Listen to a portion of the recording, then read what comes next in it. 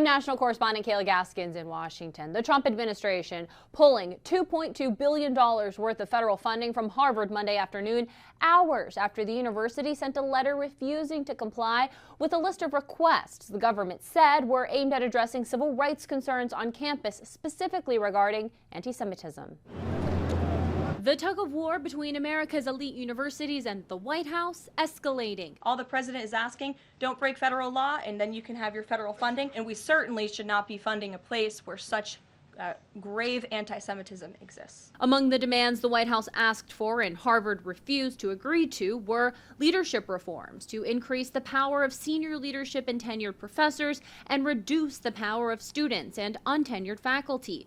Also, merit-based hiring reforms to do away with hiring preferences based on race, color, gender, or religion, and international admissions reform to prevent admissions of students hostile to American values with ties to terrorism organizations, and finally, a discontinuation of DEI programs. President Trump has long taken issue with elite universities he argues push a far-left worldview and silence conservatives. In a Truth Social post Tuesday, Trump suggested Harvard should lose its tax-exempt status and be taxed as a political entity if it continues to push political ideologies. In a dozen different ways, these universities are subsidized by taxpayers. Although Harvard has a $53 billion endowment, much of that bucket is strapped with red tape and inaccessible for routine operating costs.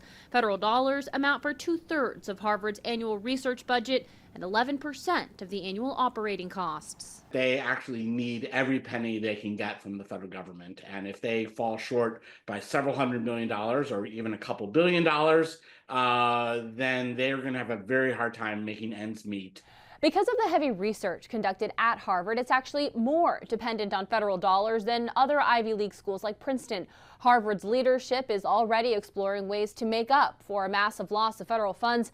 Experts say, though, it will take a total restructuring of operations.